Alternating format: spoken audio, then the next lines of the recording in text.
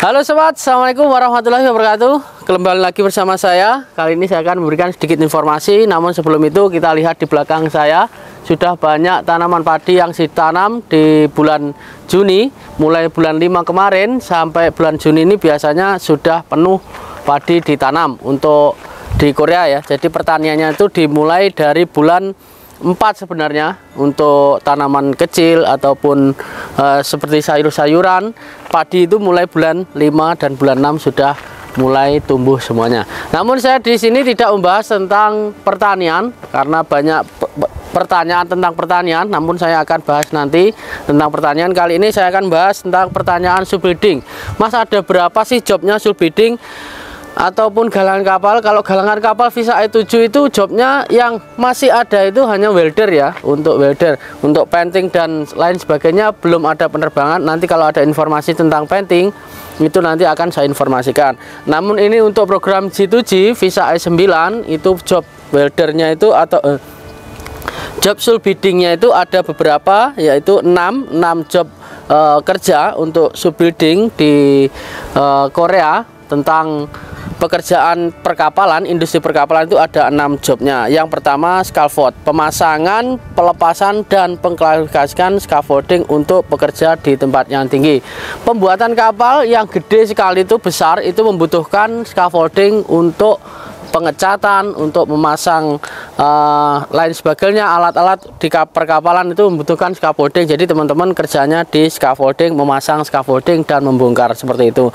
Selanjutnya insulation, pemasangan pipa dan bahan insulasi struktural untuk perlindungan pada kondisi dingin maupun zona dan cairan bersuhu tinggi.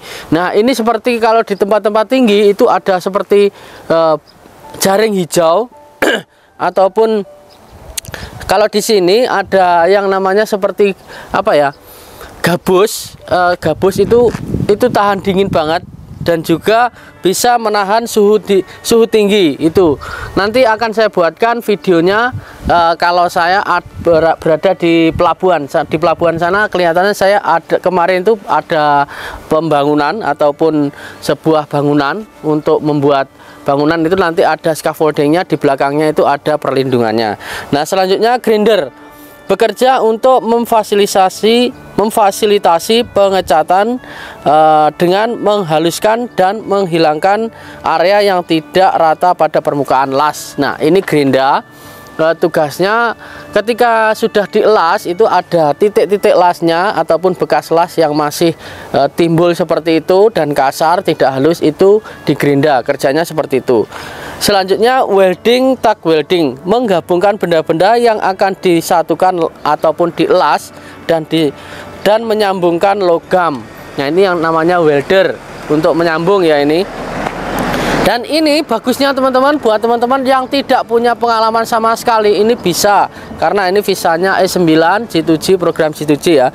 Ini untuk teman-teman yang sudah lulus ujian dan ingin pindah dari sending datanya, sepertinya manufaktur mau pindah ke subbidding. Kalau fishing sudah nggak bisa pindah ya ini. Kalau fishing nggak bisa, ini hanya untuk manufacturing saja.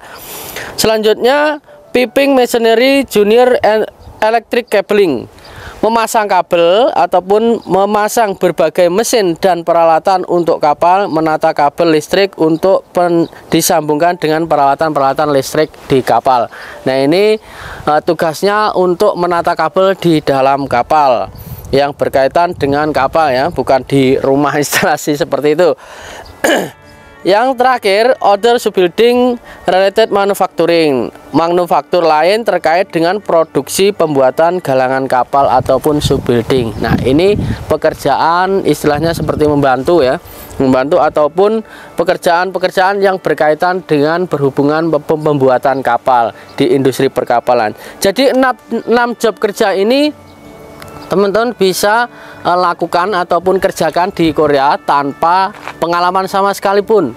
Karena visanya E9 sudah saya katakan. Kalau visa E7 galangan kapal itu membutuhkan pengalaman mengelas ataupun welder dan harus mempunyai sertifikat pengelasan ataupun pelatihan BNSP.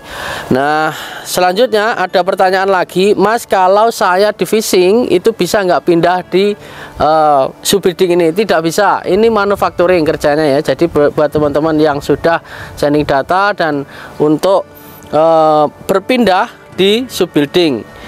Nah, adanya penambahan subkategori industri perkapalan membuat waktu pendaftaran perpindahan ke industri perkapalan ditambah sampai 8 Juni.